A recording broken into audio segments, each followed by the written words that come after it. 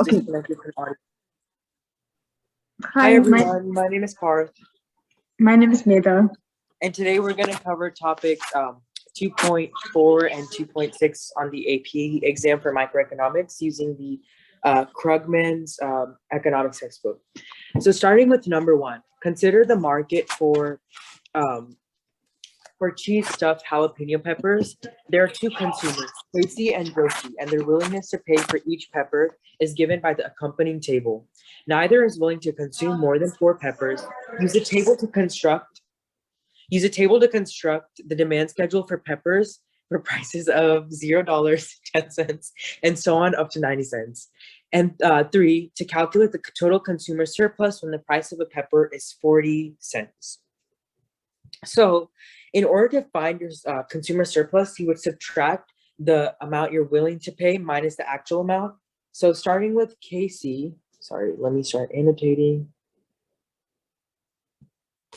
So starting with Casey, for one, her first is 50 cents, right? Because 90 minus 40 would be 50 cents. Her second one is 30 cents. Her third one is 10 cents. And for her fourth one, she's not even going to buy it because it's more than 40 cents, right? Quick question. So where are you getting your numbers from again? So we see here that the price of the pepper is 40 cents. And a reminder that the equation for consumer surplus is willingness to pay, so W2P, minus basically the price, that is given, right? Yeah. Okay. So based on this, we're able to find Casey. So now we have, now we have to find Josie. So 1 second. Laptop froze. So once you do Josie, you will find that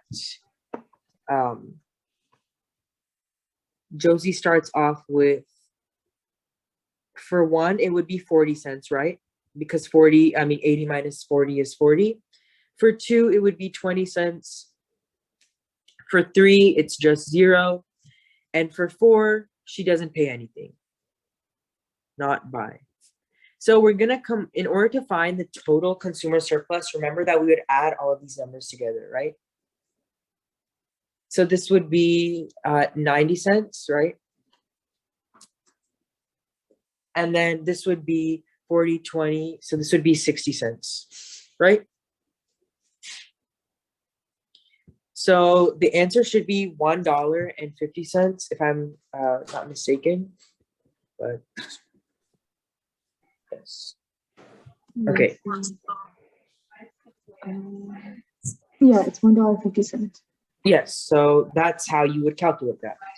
Okay, so sorry about that. We're gonna go ahead and start with. Go ahead. Yeah. No, I'm still unclear. So it's okay. Yeah, I'm going. Okay, this is a similar question, so let's see if this clears up any of your confusions. Okay. So we have Kara, and then we have, who's the second guy? Jamie. Jamie. So I'm gonna do these side by side so it's a little more clear. So with Kara, she's a supplier here, right? So again, so these are two producers. So remember that we're selling these. And so she's selling them for 70 cents, right? So in the eyes of her producer, when she's selling it for 10 cents, how much would she be making? Or what's her producer for? 60 cents. Yes. Right? Yeah. And then for the second one, same thing, right? Mm-hmm. For the third one, it would be 30 cents, right? And for the fourth one, how much does she make? 10 cents? Yeah. So now let's do Jama. Sorry, Jamie. Okay. For the first one, it would be 40 cents, right? Mm-hmm. The second one would be 20 cents, right? Yeah. The third one would just be 0.00. And the fourth one, eliminate. she's not even going to buy it. Because what's the point of selling something if you're not even going to make anything from it?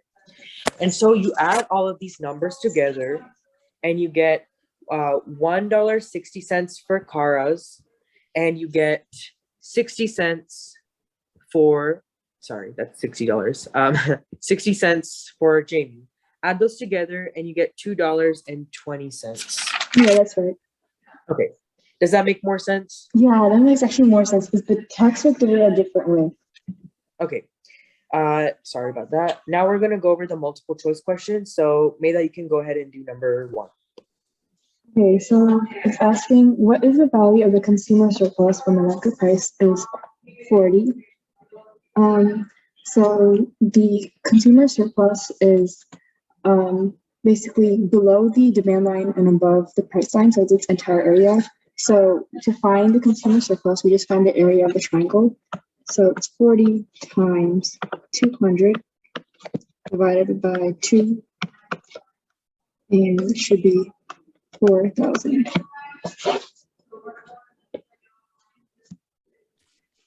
Yes. Okay. Do you want to do the next one as well? Sure. Okay. Go ahead. Okay. What is the value of the producer surplus when the market price is $60? So it's asking producer, and producer is above supply line and below the price line. So it's, you have to find the area of the triangle again.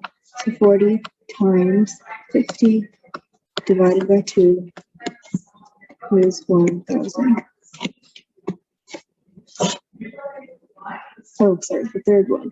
So the third question is asking, other things equal, a rise in price will result in which of the following? So when the price increases, the producer's surplus will increase, but when price increases, the consumer surplus will decrease. So the way that, if you wanted to graph that, you could actually do that, right? oh yeah, oops, I didn't see those. So I'll go ahead and graph that. Oh, you can do that. Yeah, go ahead. Okay. So this is demand. Sorry. So if the price was right here. This is the producer and this is the consumer. If the price, if the price were to increase, that means there is more area for the producer surplus, but that means there is less area for the consumer surplus. So that means the consumer surplus will decrease while the producer surplus will increase when the price is increased to a higher. So which one says that? I think it's C, right? Yeah. Yeah. Okay. So I'll go ahead and do the last 2 multiple choice questions, and then we'll move on to the next topic. So consumer surplus is found as the area.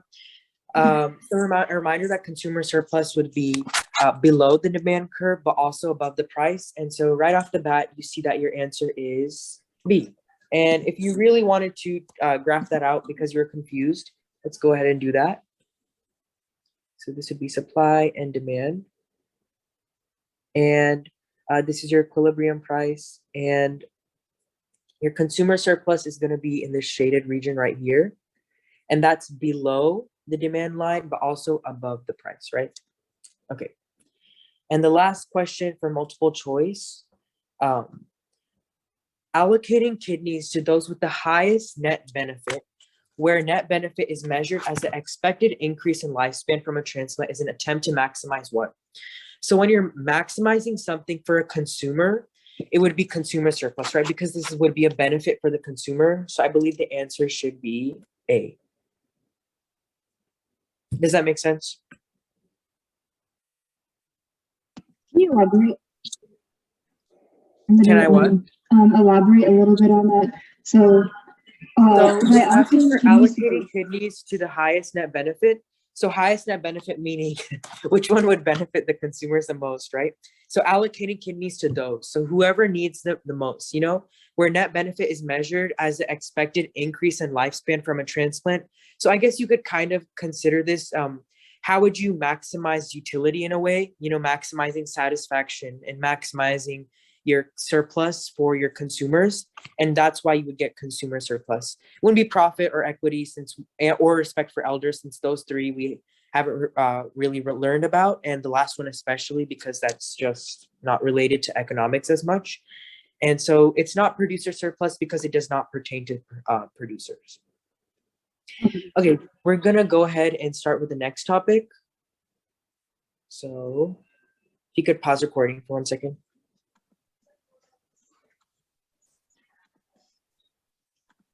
All right, so we're gonna go ahead and start with module 48 now. Module 48 translates to 2.4 in your AP topic, or 2.5, which is other elasticities and also elasticity of supply. So 2.4 and 2.5. And it's important to notice that for the price elasticity of supply, demand, we don't need to use the midpoint method. So we're gonna ignore the first question and we're gonna go ahead and start with the second question. So as the price of margarine, however you pronounce that, increases by 20%, a manufacturer of baked goods increases its quantity of butter demanded by 5%. So since we're dealing with two separate products, we're gonna already off the bat use which one of the formulas. We're gonna use cross elasticity of demand, right? Because cross elasticity of demand deals with, so I'm just gonna write cross elasticity of demand would be the percent change in quantity demanded of, let's say, A over the percent change in the price of B. So based on this information, we know that the price of margarine rises by 20%, right? And we know that the quantity of butter increases, the quantity demanded of butter increases by 5%. So what does this equal? This equals 1/4. So whenever your cross elasticity of demand is positive, that tells you that your product is your products are substitutes. And why is this? So let's think of this just in a common sense. So so margarine and butter, first of all, we know that those are two common goods, so you could consider them as substitutes as well without thinking of all the math. But when you're considering the math, think about it. Whenever the price rises for margarine, it's gonna decrease the quantity demanded for margarine, right? But it would also increase the demand for a substitute, because the increase in price for margarine itself is going to increase the demand for the substitute. And in that situation, butter is a substitute. And since your answer is positive, you can prove that this is a substitute. Exactly. Okay. Go ahead and start the multiple choice. We're going to start off with 3, skip 4, start with 1, skip 2, and then do 3 and 4. 3, 4, and 5. Go ahead. If cross price elasticity between two goods is negative, that means two goods are, so if you think about it, if one good, so if the price is increasing in one good, and that means the cross price elasticity is negative, that means the other one is decreasing. So that means it could be a normal, right? Normal good, because, sorry. When price increases, for example, like coffee, and let's say like maybe muffins is a normal good, that means when the price increases for that, the demand will also decrease for muffins, because I think it could actually be complements, right? Because oh, sorry, I think I actually put normal. Normal and inferior deals with income elasticity, so it would actually be complements. Yeah. And so we can explain that by, using peanut butter and jelly is a very common example. So let's say that the price of peanut butter rises, the demand for jelly will go down. So that's a negative relationship, right? Yeah. Okay. So if Kylie buys 200 units of good where her income is $20,000 and 300 units of good X where her income increases to 25,000, her income elastic demand. So you don't need to use the midpoint method for this one. We can just do it normally. So 200 minus 300 minus 200. This is the formula divided by 20,000. 25,000 divided by the original, which is 20,000. So the top is 0.5 and the bottom is 0.25, and this equals 2. So the elasticity should be 2. I know the answer is like 1.8, but I think it's because we are not using the midpoint method, which is why it's a little incorrect. Yeah, so a reminder that the midpoint method isn't covered on the AP exam, so it's not much to worry about. Yeah. Okay, with number 3, the income elasticity of a demand for a normal good is, so when we're dealing with normal goods, we're dealing with the income elasticity, which is exactly what it says. And we know that it would be positive. So let's say that your income rises and a normal good for you is, let's say a normal good for you would be maybe clothes from the mall. So as your income rises, you're going to buy, your quantity demanded is going to rise for that particular good, right? So it would be positive in that situation. And then let's say if it was an inferior good, let's say coffee from McDonald's. So when your income rises and coffee from McDonald's, your quantity demanded for coffee of McDonald's would go down, and you would rather maybe set out to buy coffee from Starbucks, which is potentially more expensive, or coffee from a more, I guess, higher end place. Okay, next question. A perfectly elastic supply curve, same thing as demand as we learned previously. Perfectly elastic would be this way. And a reminder that the elasticity here is negative. Don't get confused by slope, because the slope of a horizontal line is 0, but the elasticity is infinity. So it would be horizontal. Okay, you can do number 5. Okay, which of the following leads to a more inelastic price elasticity of supply? The use of inputs are easily obtained.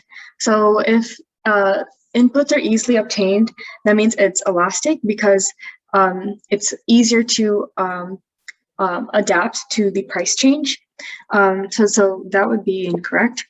Number 2, a high degree of substitutionability between inputs. So if you're able to substitute a lot of goods, that means you're also you're able to react to the price change quicker. So that is also incorrect for inelastic. And the last one, a shorter time period in which to supply a good. So this means that you have less time to react to the price change and thus have more goods available. So this means that it is an inelastic price. So the answer should be C. Is that correct? Okay. Okay, we're gonna go ahead and do one of the FRQs before we conclude the meeting. So I will go ahead and I'll do the second one, and I'll do it on the side. So assume the price of corn rises by 20% and causes suppliers to increase the quantity of corn supply by 40%. So first, calculate the price elasticity of supply. So very simply, let me quickly write the equation for that. Sorry, what happened? Can you see mine? Okay, wait. No. Sorry, one second. Okay. Yeah, Let me know if you're still having problems. I can take over. okay, one second. Let me X out of this and then start. Okay. So the price elasticity of supply is your percent change in your quantity supplied over your percent change in price. So based on the information that they gave us, we know that the price of corn rises by 20%. And we know that the quantity of corn supplied rises by 40% as well. Simply, this is 2. And remember that when your coefficient is greater than 1, it's always going to be elastic. So this is 2, this is elastic. And then draw a correctly labeled graph of a supply curve illustrating the most extreme case of the category elasticity you found. So remember that we found this as 2, we found that as 2, and we found this as elastic. So it's saying the most extreme case of elasticity. The most extreme case of elasticity in this case would be like this, right? This is a perfectly inelastic curve, excuse me. And so in this case, this means that the elasticity is infinity. And this basically means regardless of the quantity, the price is always going to stay the same. It's really hard to think of an example like that. Yeah, because the price is always the same, but the quantity is always changing. But anyways, the next question says, what would likely be true of the availability of inputs for a firm with the supply curve you drew in part C? So availability of inputs. So remember that when we're dealing with supply, if there's a lot of substitutes for the inputs, that means it's going to be elastic. So in this case, you have an abundant amount of substitutes for your inputs. You have so many inputs that they're readily available for you to access. And at the same time, maybe you have all the time in your hands to have access to those inputs. And this is infinity. So any answer that's extreme, like, oh, you have so many substitutes, or you have a readily available amount of substitutes, would work in this situation. Yeah. Or you have like a lot of time. You have a lot of. Yeah, so that's all we have for today. Thank you for joining, and good luck on your quiz.